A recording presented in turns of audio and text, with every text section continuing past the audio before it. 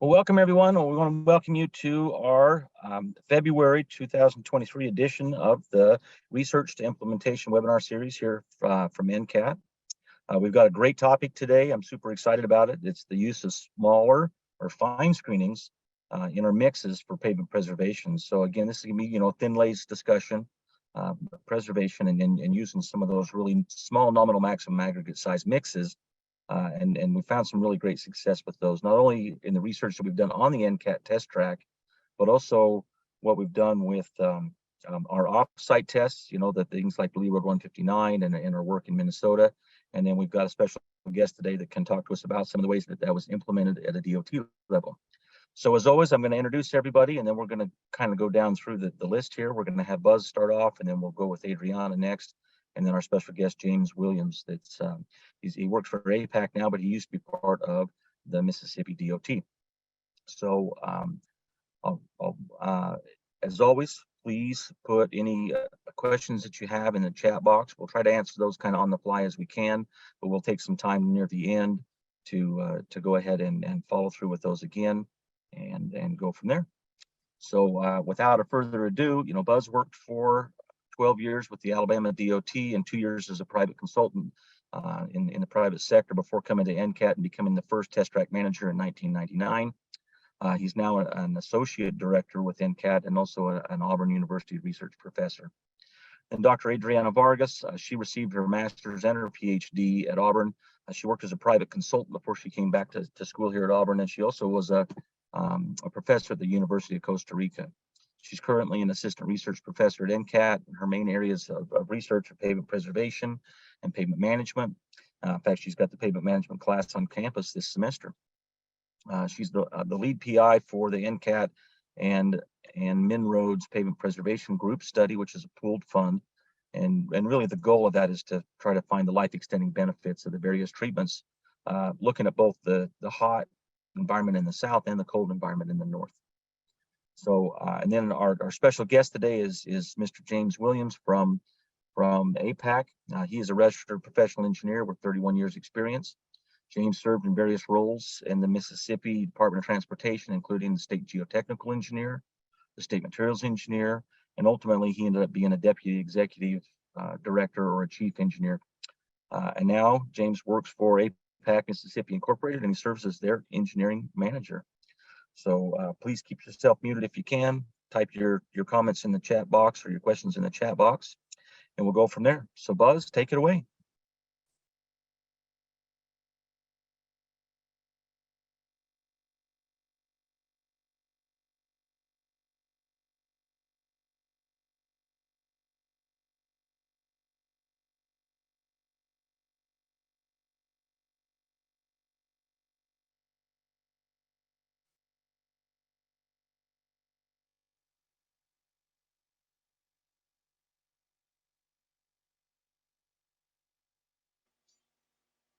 Well, thanks, Travis. As always, I'm going to start out by providing just a little bit of background, and then our PI, Dr. Adriana Vargas, will come in and she will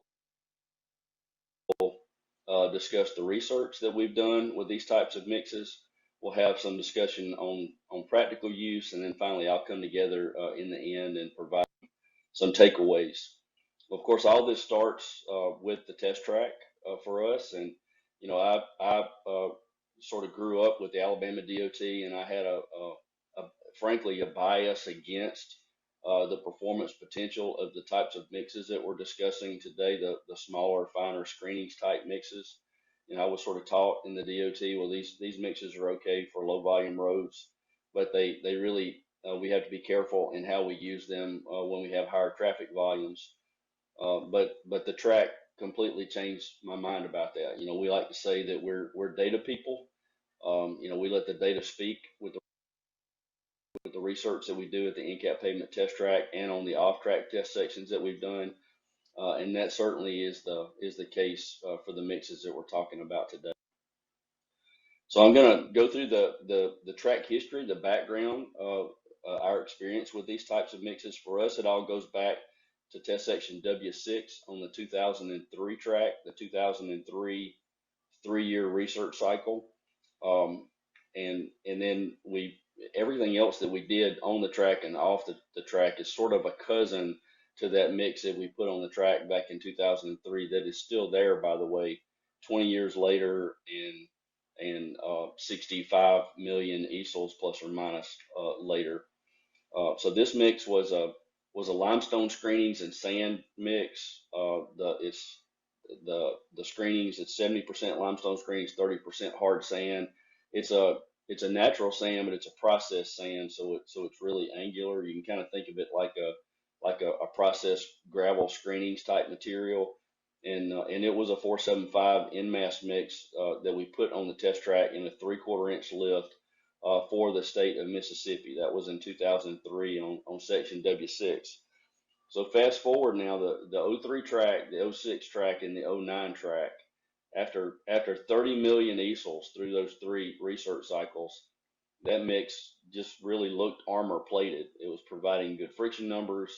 There's no cracking, there's no rutting. It just looks spectacular. It is on a perpetual foundation, but that's because, when you have things on the track on a perpetual foundation, it's because you're really trying to isolate the stresses to the surface layer or layers, and that certainly is the case with this test section. So in 2012, after those three successful research cycles, the state of Mississippi came back and said, hey, we would like to create a mix that can either be a mix specification that can either be a 475 or a 95. There's some flexibility there so that our contractors can use some of the gravel sands that we have that are just sort of scrap stockpiles that are left over from our super pave aggregate processing. So we're building up a surplus of those materials. That mix had wrap in it. I think it was 25% wrap, 20 or 25% wrap. And so we put that on the track in 2012. It's still there. So section W6 and section S3 are still on the track, and they're still performing well. In 2012, we went off track to do our first pavement preservation experiment. That was on Lee Road 159. So we looked back at our experience on the track and said, well, that limestone screenings and sand mix in W6, it still looks great.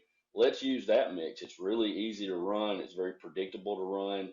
And so we use that sort of as our core thin lay mix on Lee Road 159. There's several different virgin versions of that mix with different types of binders, and also one version of it that is on a 100% wrap cold recycle mix.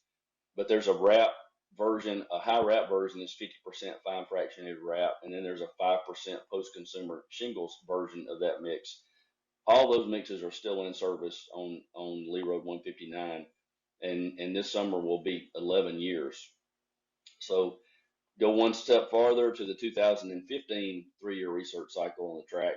And Tennessee looked at what Mississippi had done in W6 and what they had done in S3 and said, okay, well, in section S4, which is test section number 4 on the south tangent, we want to do the same kind of thing. We're going to do a limestone and sand mix, not the same limestone. This is Tennessee limestone. It's going to have wrap in it, and it's going to be a 475 thin lay. I think it was an 1.25 inches thick. They wanted to see could they use it in a little bit thicker lift, because everything that we had previously done had either been 3/4 of an inch or 1 inch. That mix did well, had no distresses. We just replaced it for the current research cycle, but it looked great at the time that it was removed. Also in 2015, we did preservation thin lays, these screenings thin lays in high traffic test sections that were part of the preservation experiment on US 280.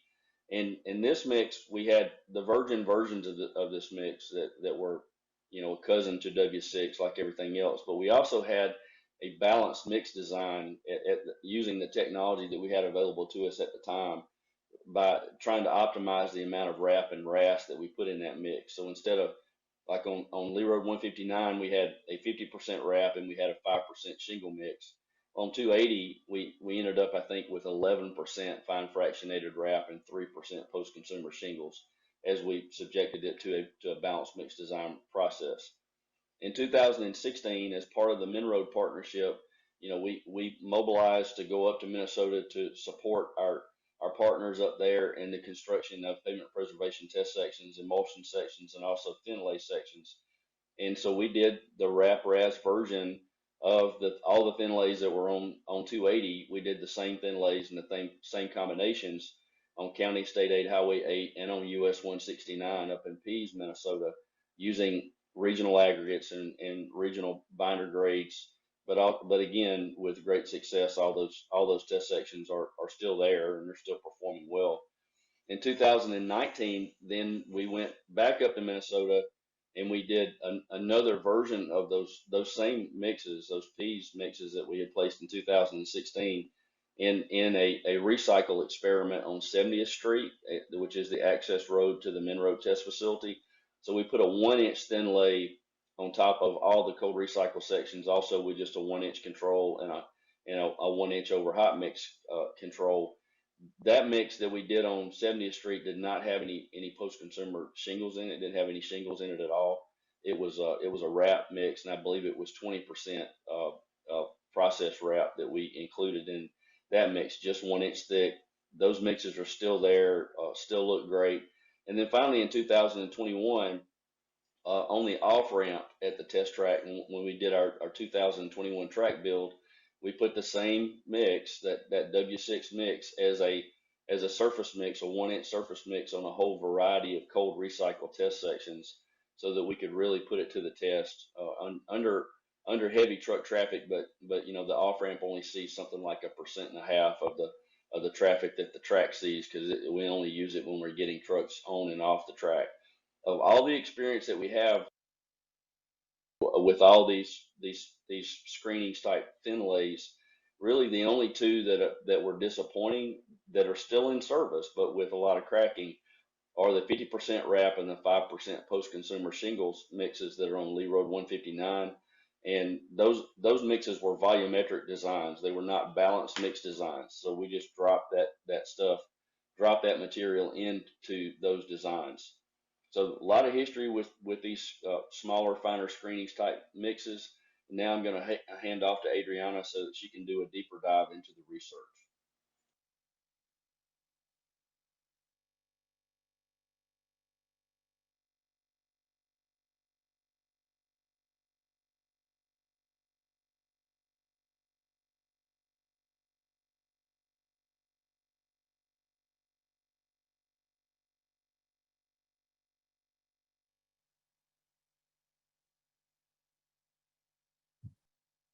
Okay, good morning, everyone. I hope everyone can see my screen fine and can hear me okay.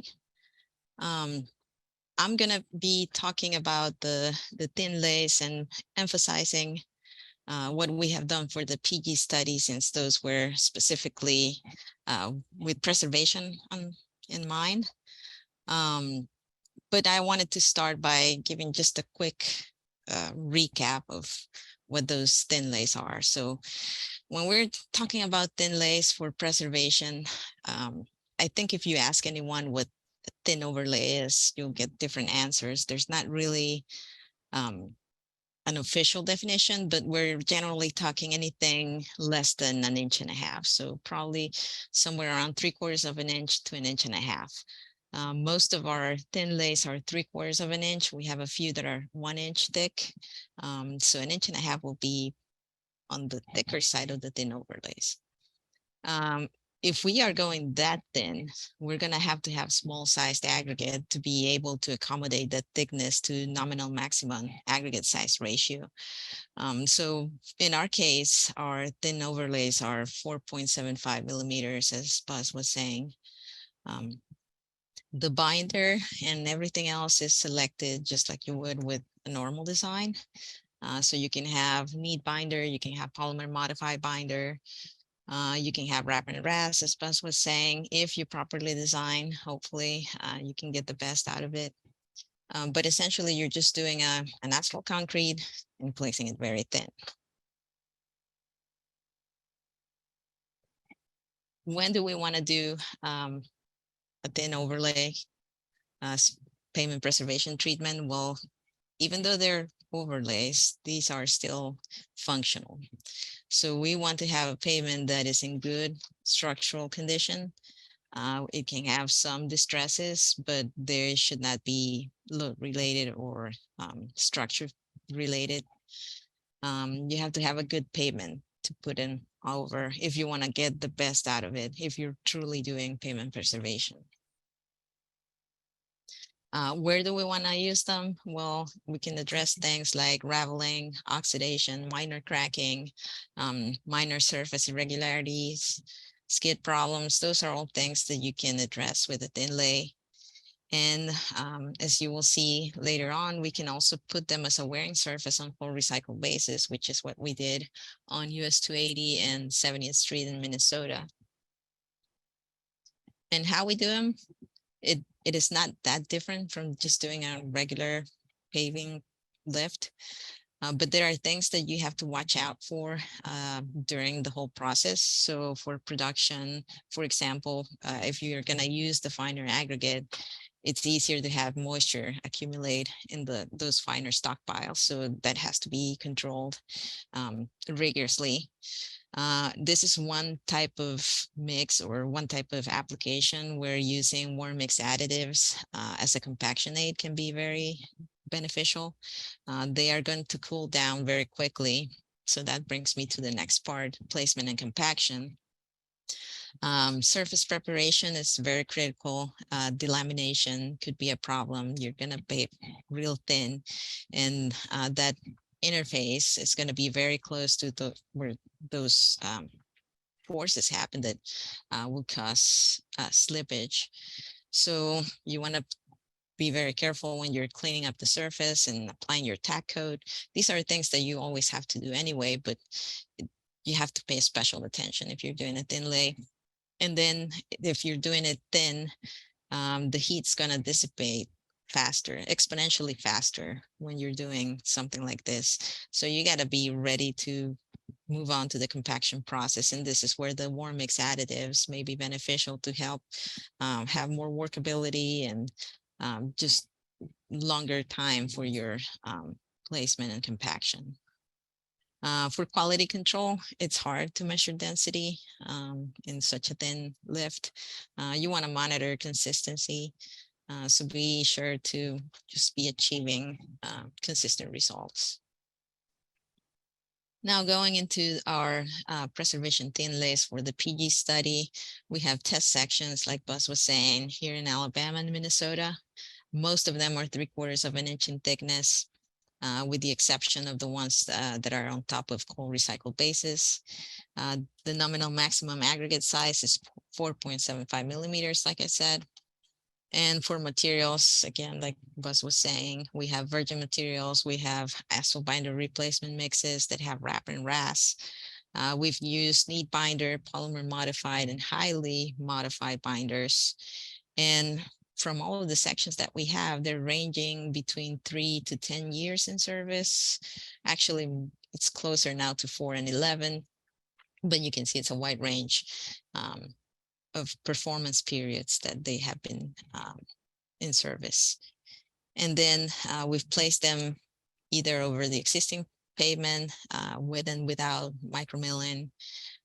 We've placed them on top of chip seals. We've placed them on cold recycled bases. So they are very, it has a lot of applications, I guess is what I'll say. So just for an example, these are some shots of our test sections, and you can see now we'll have at the top our Minnesota sections. On the left are low traffic, on the right are high traffic.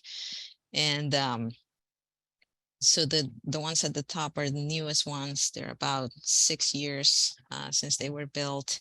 Lee Road 159 is 10 years in service, and then 280 is 7 years in service. So thinking about that and how they look at this point, I think they have been doing a great job. We see a little bit of cracking in some of the areas. Minnesota, for example, has very aggressive thermal cracks, and that's going to be reflected no matter what.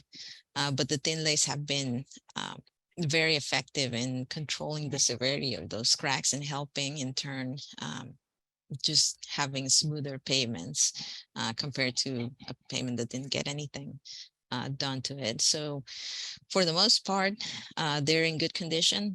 We use the MAP 21 performance indicators. So cracking for most of them is less than 5%. of the total area, ruts less than 5 millimeters, and IRIs under 95 inches per mile. We have a little bit more cracking on Lee Road 159, just because it's older, so that's to be expected. But it's still, everything is looking really good, doing its job. The next one here, to hide this controls. Here we go. This is an asphalt binder replacement thin lay. So this one will have wrap and RAS, like Buzz was saying, used with the balanced mix design, or design with that approach in mind. So we were able to optimize the use of recycled materials. And as you can see, they're also getting very good performance from the mixes. Perhaps a little bit more cracking is to be expected compared to the virgin materials, but still just over 5%, far from the poor condition threshold, which is 20%. We do not have one of these overlays with the ABR design for Lee Road 159, which is where we did our first sections. So in there, as Buzz was saying before, we have the 50% wrap and 5% RAS. And I'll show you what those look like today. Not really ideal. So a lot of cracking. Obviously, these are mixes with a lot of aged binder in them. So they're going to be a lot stiffer, more prone to cracking. And that's exactly what we saw. So at this point, they are both cracked beyond the 20% of the total area. They're still functioning, and they have decent ride numbers. So it really hasn't affected much other than, well, we have all this cracking in the surface. So at this point, you probably wouldn't want to have a surface like that. We'll be thinking of doing something else to it if you're an agency. So this is what happened. Doing just the volumetric design and substituting the material. We learned from that. And as you could see in the previous slide, we had really good results when doing balanced mix design and optimizing those proportions. One of the cases where we have put thin lay on a chip seal, in this case is the thin lay on fiber mat chip seal. It's helped again with performance. You can see the indicators. We have a little bit more roughness in some of the areas, but still within an acceptable level. They have maintained a somewhat constant ride indicator. A little bit more cracking on 280. I think that was on my part a little bit unexpected, but we also have to think of the initial condition of that pavement and how cracking performance is tied to the condition of the pavement at the time of treatment. So these had a little more cracking, and that's why we chose the combination of treatments. But still, overall, they look good. We also have a thin lay on US 169. It's on a regular chip seal, so not a fiber mat, but we have similar results. So overall, we have a nice surface, less cracking, or when we do have cracking, it's less severe, overall protecting that pavement and doing its job. For the thin lays on the cold recycle basis, I think the big question here was, well, we're doing this cold recycle base. How thick does that wearing surface have to be in order for it to provide good service? So we put down 1 inch on a highly trafficked road. And you can see there, now this is for 7 years. So I just took these pictures last week. For the most part, they're doing good. We have some cracking. This one on the thin lay on foam CCPR, we can see pumping and a lot more cracking than any of the others. But I should point out that this section has a slightly different structure than the others. So it's overall thinner We have variable thicknesses along US 280. So the other three sections are more uniform, all of them and thicker than that first one. So that's also tied to that structural performance. Overall, it just has less strength. We also see cracking here for the thin lay on emulsion CIR, no pumping, and really the cracking is still pretty fine. So it has protected that core recycled base, and it's done a good job. But I think in terms of how long was that good for, we're probably approaching that threshold in terms of those performance indicators. We also have a thin lay on foam CCPR for Leroy 159, and it's actually thinner, only 3/4 of an inch, and it's been down there for 10 years. So this is a lot less traffic, heavier loads still, because we have a lot of loaded trucks going in that lane. But you can see there, excellent performance. We have maybe a couple of cracks after 10 years, but overall, it's done a great job. So low traffic setting, it's definitely been very effective. So looking at the benefits, we want to ask ourselves, well, what are we concerned about? And in the case of our study, we found that performance means different things for different people. So for the warm climate here in Alabama, we're concerned with oxidation, cracking, and cracking mainly along the wheel path, so fatigue cracking. For the cold climate, roughness is really their driving indicator, and that is really tied to thermal cracking. So transverse cracking and how rough pavements get from that. So it's important to do that benefit quantification in terms of what's relevant for each location. So I wanted to show a few examples from some of the low traffic sections.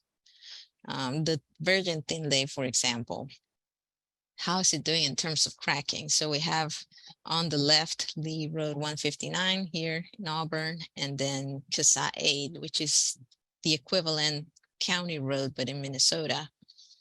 And you can see how cracking progression has gone. In our case, we are here at year 10, and we have reached about 10% cracking. So that will be in the fair condition threshold. The red line is the control. So this is what will happen if we're not really doing anything. And then the blue is the treated pavement. Same thing goes for CASA 8. So in their case, what happened was that the reflective cracking from those thermal cracks would happen. So they will reflect back, and then it just kind of stopped. Nothing else happened. So that's why it's kept kind of constant over time. So at year 6, they're still in good condition. And then the control has a lot more cracking, but not as bad as what we had for Lee Road. But if we did our benefit estimation in terms of that, what we do is we look at the time that it takes for the pavement to get to that poor condition threshold and the difference between the treated and the untreated. So in the case of Leroy 159, the control section reached the poor condition at just over 2 years after we started the study. Pavements were already 14 years old. And then at year 10, the treated hasn't really gotten there yet. So all we can say right now with a lot of confidence is that it's going to be more than 8 years of life extension if we go with that definition. We can extend this and extrapolate. I think if we have more data, we can feel better about the extrapolation, but right now, definitely more than 8 years of life extension. For CASA 8, it's hard to predict at this point. So you can see those lines are pretty flat, and even going to year 10, it's nowhere near that 20% threshold. So in terms of cracking, it's still hard to make a prediction at this point. But like I said before, for the northern climates, IRI is a lot more relevant than cracking is. So we want to look at IRI and what's happening with those sections. You can see here at the top, the CASA 8 section. So we have a treated pavement and an untreated pavement with the dashed line. So this is the control, what's how IRI is going to progress over time if we don't do anything. And then with the thin lay, we were able to, number one, get that IRI just corrected and dropped significantly just immediately after construction, and then over time kind of sustained that deterioration rate. Then for Lee Road 159, it didn't make that much of a difference. We were pretty good to begin with. So we put down the thin lay and obtain a minor benefit, but the important thing is that over time we've stayed pretty constant. So in this case, for the Minnesota section, we're projecting, if we were to extrapolate, life extending benefit of about 3 years and an average condition improvement. So the difference between those two lines over time is 55 inches per mile. So that's pretty significant since IRI is such a big deal for the Minnesota folks. In our case, nearly constant over time and a slight ride improvement, which I think we'll take it. So if we want to quantify in terms of cracking for our southern sections, here's a summary of what we have. So what I want to point out here is that we see a lot of 10 pluses in that table. The two that didn't perform that well and that have already gone to the poor condition category, so more than 20% cracking out of the 50% wrap and 5% RAS thin lays. And the others are still going strong, and I think we'll continue to see good performance out of them. Now for the Minnesota sections, we have the same type of estimation, but in terms of IRI. So in this case, where we really have them in service for 6 years, we're projecting to 10 years and see where that goes. But at year 6, they were all still either in good or fair condition category. So making the projection to year 10, there's still some of them that are going to be going way more than that. So we have the virgin thin lay and the ABR thin overlays, and they started in good condition, so it's easier to keep them in that good condition category. We have a combination of a thin lay on a scrub seal, and even though it was in fair condition, it still seems like at year 10 we're still going to be below that threshold. And then the others, if we start in fair condition, probably the benefit is not going to be as good, but we're still seeing good estimates, 7.5, 8 years and beyond for life extension. So it seems to be consistent in terms of what we're expecting for that range, even though we're using different indicators. I wanted to let you know that we have developed this online tool. You go to ncat.us, there's a payment preservation tab at the top. So if you click on that and then on the left-hand menu, you go to observe performance, you can explore some of our results in a more interactive way. So you can select the treatment that you're interested in, the initial condition of the pavement, and then get things like this with the performance curves and the indicators and see just how they're performing at this point in time. So this is a good tool to kind of play with, to explore if you're interested in just seeing more details from our test sections. Right now we have it for Lee Road 159. We're in the process of getting this together for the other locations, but you can see things like, well, how long did it take for the untreated pavement to get to that poor condition threshold? How long for the treatment? In this case, it's a virgin thin lay and it hasn't gotten there yet.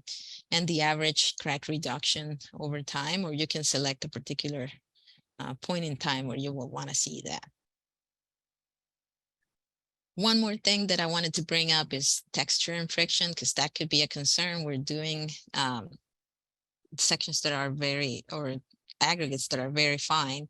So that could definitely have an effect in texture. And we do see that. So this is again, an example from Lee Road 159, the virgin thin lay. This line here with the dashes is the original macro texture of the pavement. And then as we put down the thin lay, that dropped quite significantly. And then it started to, as we started to wear off some of that fine aggregate matrix, we're starting to gain texture and getting close to that pre-treatment value. So that could be a concern if we just think in terms of texture. But if we look at friction, it hasn't really been affected. And I'm not showing the numbers. We typically don't disclose that, but I can give you as a point of reference what our warning and critical levels are. So you can see we're good in that sense. We dropped a little bit in the beginning as the macro texture dropped, but then we're able to sustain and be always above those levels. And we have, that will be Lee Road 159 with low volume. What happens in a higher traffic setting, that could be more critical. So I use the same virgin thin lay for 280. And again, we see a reduction in macro texture as the treatments are placed. But then for friction, it doesn't really affect it. So we can be at ease that it's really not going to be much of a concern for friction performance. Friction takes into account macro texture as well as micro texture, and it will be probably more sensitive to the micro texture than it is to macro texture. So it could be affected, but it doesn't seem to be that closely related in this case. So to summarize here, we have those thin lays as really effective preservation options. We can also use them to protect those cold recycle bases and address different issues like I showed. They have shown significant life extension, which is good. And as far as producing them and placing them, it's very similar to any asphalt paving operation, but we want to be especially careful in some areas.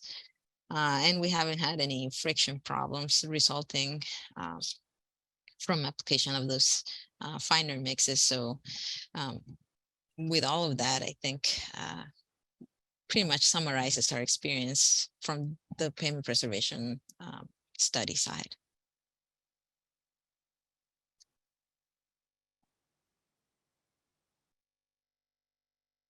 And I think, is it James' turn?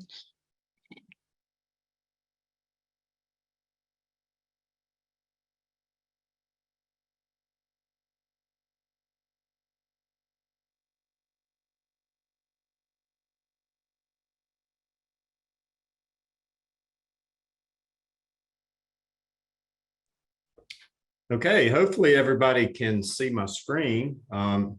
It's a pleasure to be here today. And thanks to Buzz and Adriana, they did a wonderful job kind of sharing some of the performance aspects of what we've actually seen in Mississippi. So I'm going to shift gears just a little bit and kind of talk about how Mississippi kind of approached implementation of thin lift asphalt. So what I'm going to do, I'm going to kind of break it down into the why, where, what, and then kind of finish up with some of our experience with performance. So you can't really talk about the why without, from an agency perspective, kind of talking about funding. And obviously, you know, over time, we've dealt with increasing construction cost. And even though revenue is ticking up in a lot of states right now, with inflation as it is, you know, we are always battling kind of that doing more with less. So that is something that definitely plays into the why of thin lift asphalt.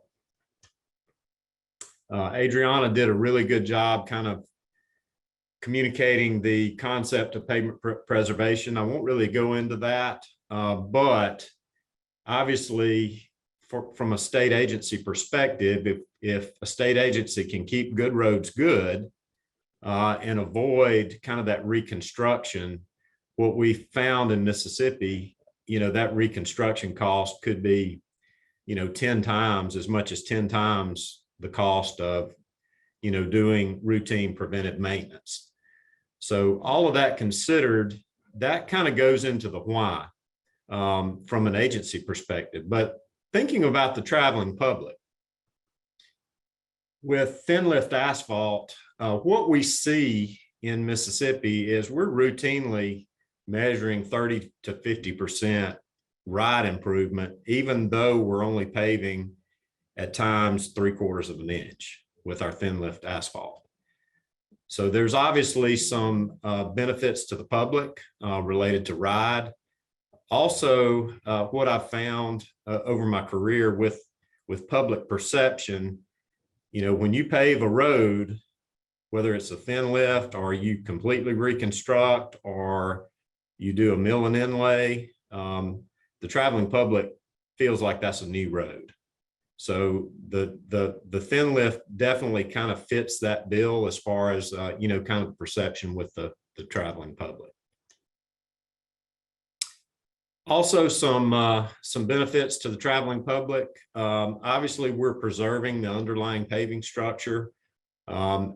As Adriana and NCAT have shown through their preventive maintenance research, that pre-treatment condition does matter.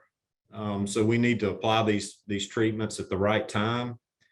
But with these thin lift asphalts, we see lower permeability. So we're protecting, keeping that water out of the pavement structure. We also see that these mixes are very crack resistant. And I think that's really due to the fact that in Mississippi, while we allow 25% wrap, we're getting more AC in those mixes. So with the idea of balanced mix design coming down the pipe for agencies and for producers and contractors, these mixes just appear to really fit that bill from a crack resistance standpoint. Also, kind of on the why, if as Adriana showed, we're seeing very, very good performance out of these structures. So if you kind of break it down, I like to think about with life cycle cost, kind of a cost per square yard per year. While a thin lift asphalt may have a little higher initial cost than some other preventive maintenance treatments, if you apply a thin lift on a road that's in fairly good condition, it can easily, as we've seen with W6, as Buzz talked about, that's got over 65 million easels on it, S3 that is somewhere, I'm guessing 20 to 30 million easels. So these mixes in the right conditions will last a very, very long time. So if you spread that life cycle out over a long time, you actually get a really good cost per square yard per year if you kind of break it down that way. One thing we've also seen, and this was due to some of the work over at NCAT, in Mississippi, we are doing a lot of kind of combination treatments where you have a road that the pre-treatment condition is maybe from a cracking standpoint is a little further along than you would like.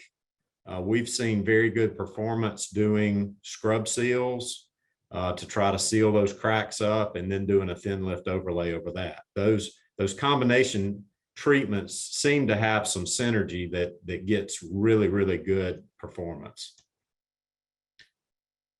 Spend just a minute talking about the where. When we started this back to 2003 with W6, we kind of viewed thin lift asphalt as a low volume road mix.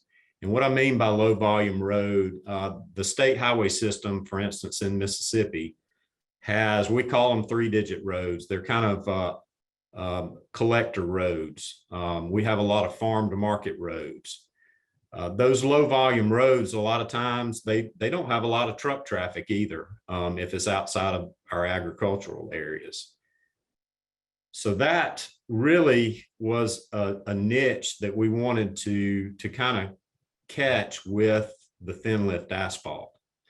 At the time, some of these lower volume roads were on a maintenance cycle of maybe 30 to 40 years based on funding. So we were really looking for a niche to spread our money and go about taking care of these roads. And from a preventive maintenance standpoint, the thin lift kind of fit that mold. But I've got question marks on the low volume routes, because what we saw with W6, and then we replicated that with S3, we saw really, really good performance under high traffic. So if the mixes are designed appropriately, I'm not sure this thin lift asphalt is a low volume road mix. It can be used in a lot of different applications. And in Mississippi, we've actually used it actually on interstates for leveling and doing some things. We may not put it on the surface because of some of the other issues that Adriana kind of touched on, but we have put it in higher traffic, higher truck traffic type areas, and it's worked very, very well. Roads that are structurally sound. Obviously, if you have rutting and you're trying to put a mix down at 3/4 of an inch, you can have some issues there. If you have structural cracking, that would be an issue where, you know, I know a lot of times state agencies get in the position of just having to do something. But if you really want to set a thin lift asphalt up for success, you know, make sure that you have that minor kind of top down cracking, and little to no rutting.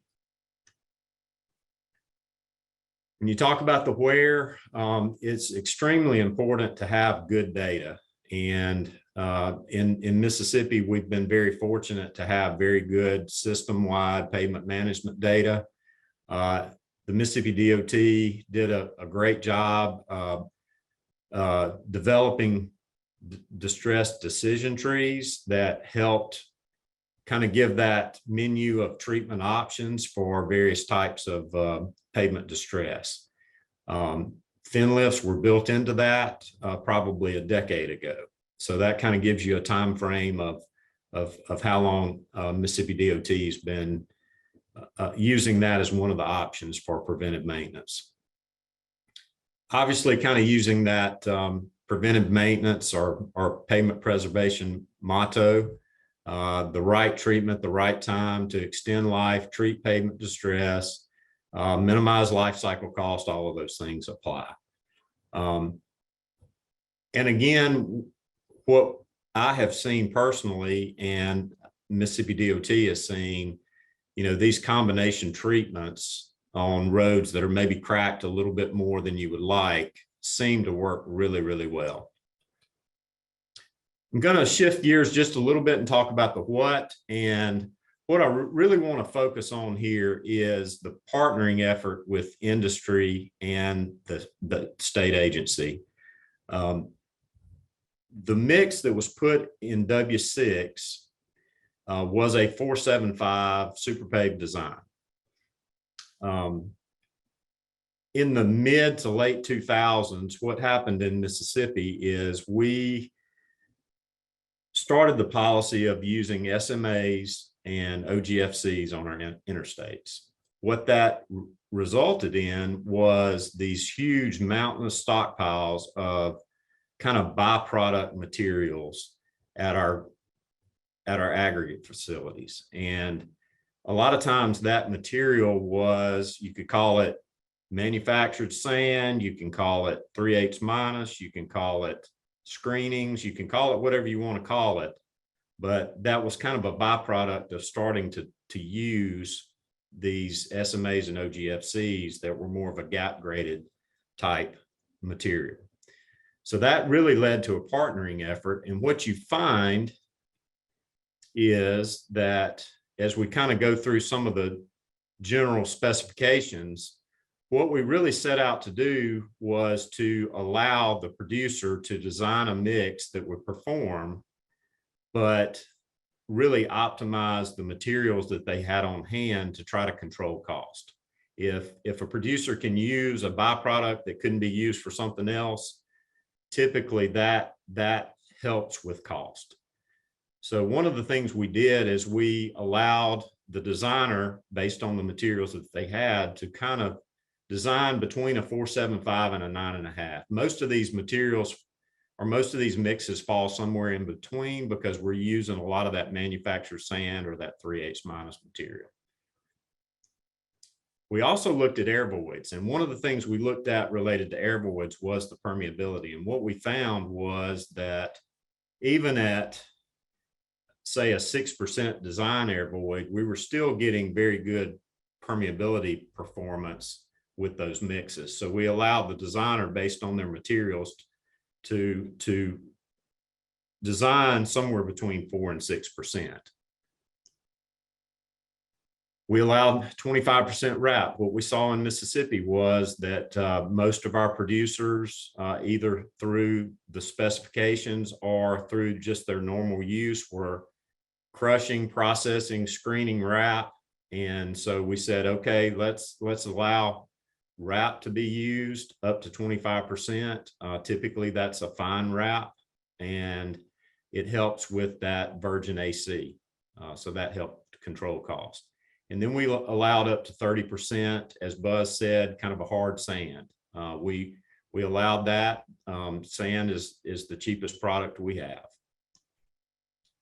Then on the construction side, lift thickness, in the specifications we put, from a 1/2 inch minimum to 1 inch. In reality, 1/2 inch is too thin.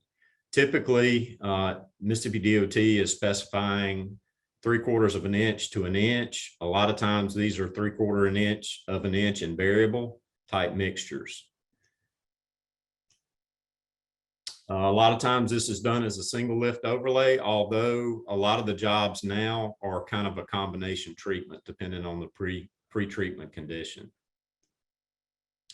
Then Adriana talked about density. In the specification, there's a monitored roll to refusal with that material. That seems to work very, very well. And then smoothness, the only smoothness requirement in the specification, because this is preventative maintenance, was just don't make it worse, right? So that was kind of the approach with the specification. But in reality, what we see is we do see routinely about a 50% improvement. So shifting gears to performance, S3, at the end of the 2015 cycle, this was a statement that was in the track findings report.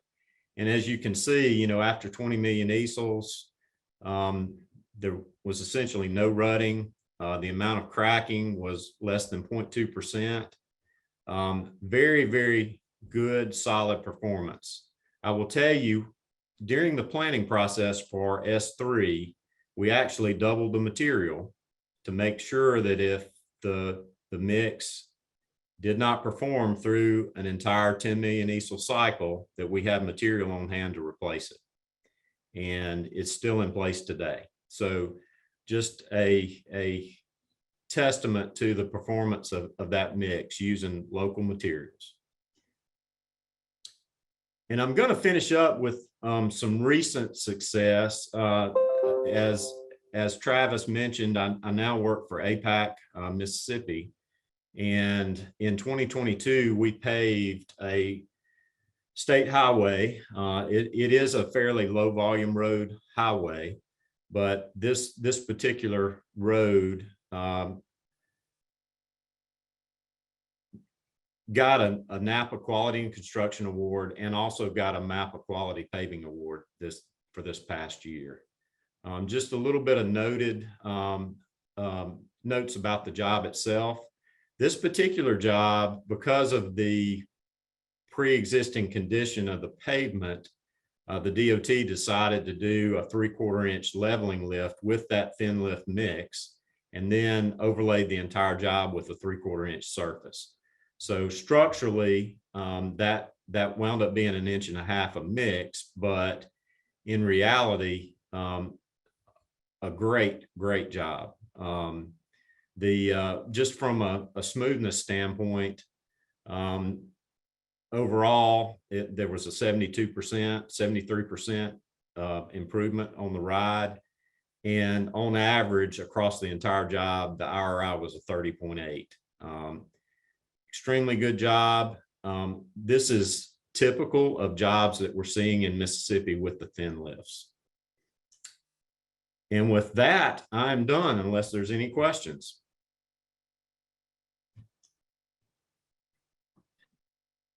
Let's go ahead and hold questions to the end. There's one that's come in on the chat box. Let's have Buzz do his little piece and we'll go from there.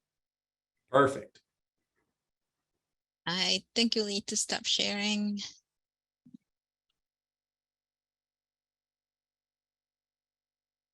There we go.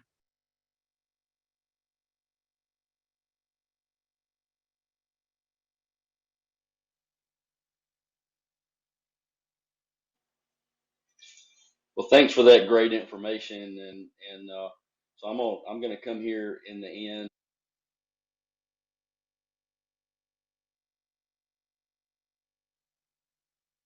and try to kind of pull all this together with some important takeaways for attendees related to these smaller, finer screenings type preservation thin lays.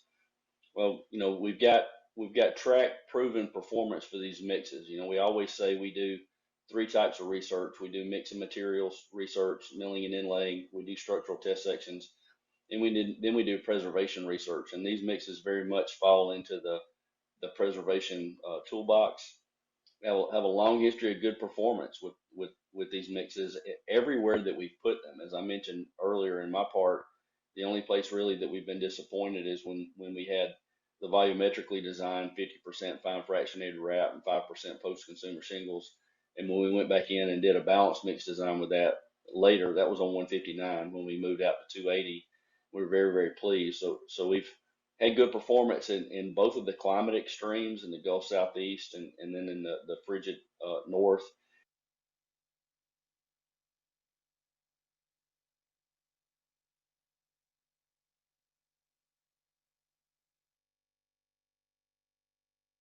Sorry there. Can everyone see the presentation?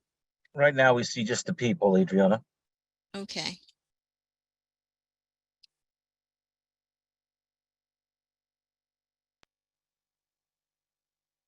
Using regional materials for us down here, as well as regional materials up in Minnesota. We've done these on test sections that vary between perpetual sections like section W6 on the track that sort of started all this, all the way down to 4.5 inches thick, which is the thickness of the structures up on 70th Street up in Minnesota. Lee Road 159 was about 5.5 inches thick, but the thinnest we've done is 4.5 inches on 70th Street. Traffic has ranged from low to high, you know, low traffic on Lee Road 159 and County State 8 Highway 8, all the way up to really high traffic on US 280 and US 169 in both of the climate extremes. We've done this directly on top of both hot mix and foamed cold recycle mix, emulsion cold recycle mix, and we've done that in the hot climate and the cold climate.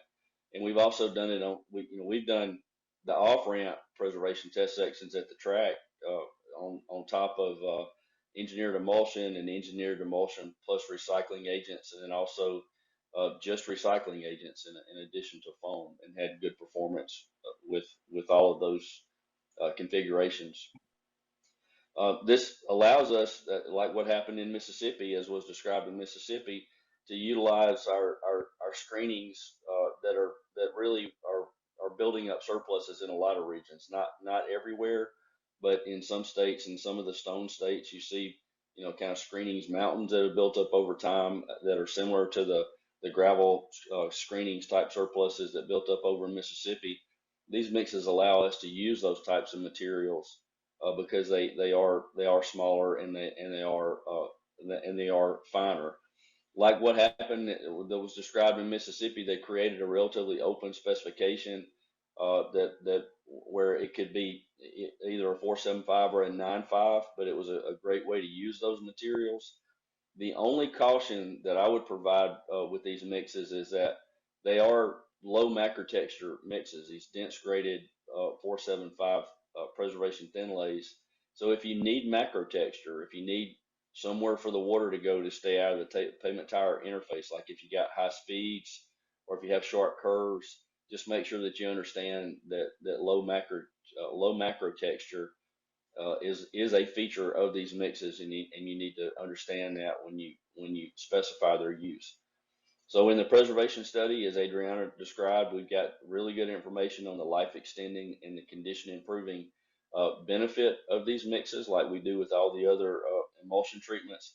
And I think it's a really important option in our pursuit of safe and sustainable asphalt pavements at the lowest possible life cycle cost. So very good story, very good message, and we appreciate all the speakers' content for this webinar today.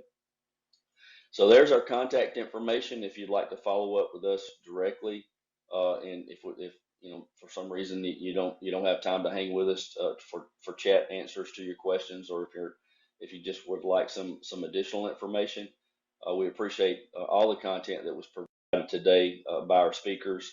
Before I hand off to Travis, I always make a plug for the product that he's developed for NCAT as our training director, Training in Your Pocket. This is a really great tool for new people that are coming into our testing programs, as well as for some of our veterans, just to have a little bit of a refresher and a little better understanding. These are amusing and engaging videos on many different types of topics that I think you'll find to be very helpful.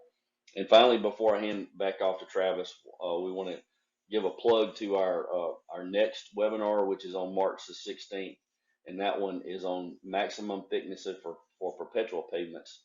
And Dave Tim will be our PI presenter in that webinar. So back to you, Travis. Thank you very much.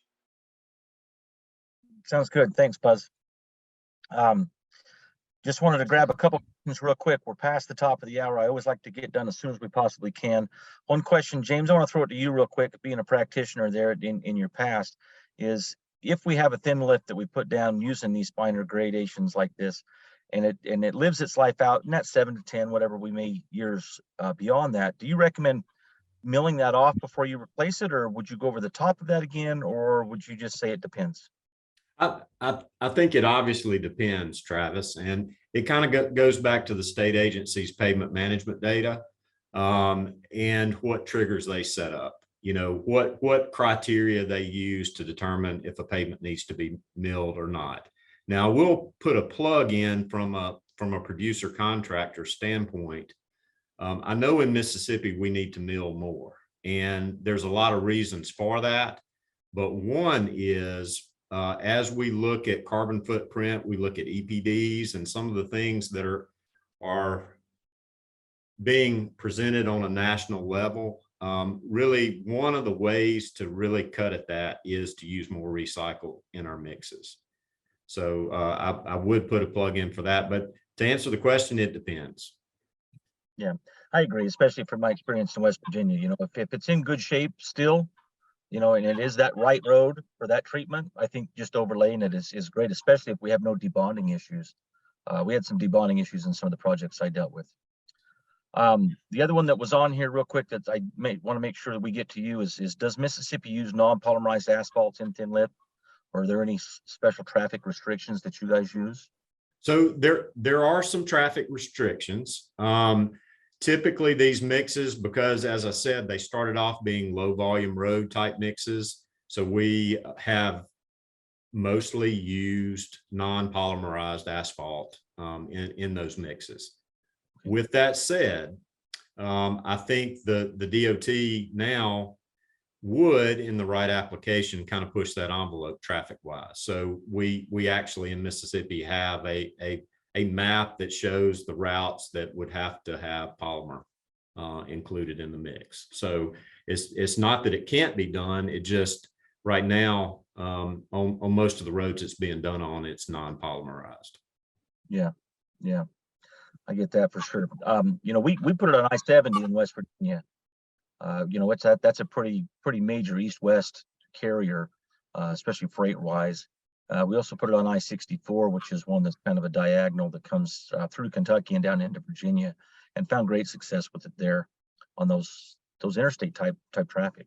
Yeah, 100%. They can certainly be designed for the traffic. Yeah, for sure.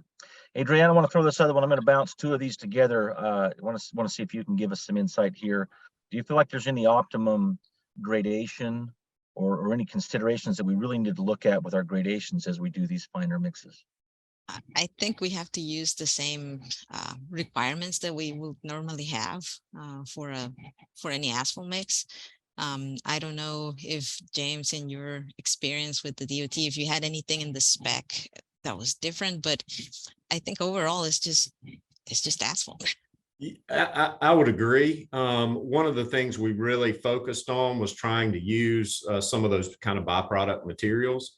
So we did allow some adjustment in kind of that master gradation table. So it's not exactly a 475, it's not exactly a 9.5, but if you kind of design around that maximum density line like we always do, then your same volumetric properties apply. So that would be what I would say about that. Great. And I think one consideration that needs to be explored if anybody's trying to put a specification together to use these mixes is that macro texture becomes important, like Adriana was showing. You know, you need both the friction from the aggregate to the tire, but you also need that macro texture somewhere for the water to go. You know, we did have a project once that I dealt with where we didn't have the macro texture necessary on a thin lay like this, and we ran some semis off the road in the rain. It was not a fun time. So given that, I want to thank everybody. I want to thank Buzz, Adriana, and James for all the information that you guys have given us today. Again, put a plug for that the upcoming webinar that's going to come up in March here. We're going to talk about that maximum thickness for perpetual pavement. We've learned some great things on that I believe is the 16th of March. Registration is open for that now, and we'll send a reminder out in a couple weeks. Given that, thank you, everybody. Thanks for joining us and helping us make this program successful. And as Buzz always says, have a blessed day.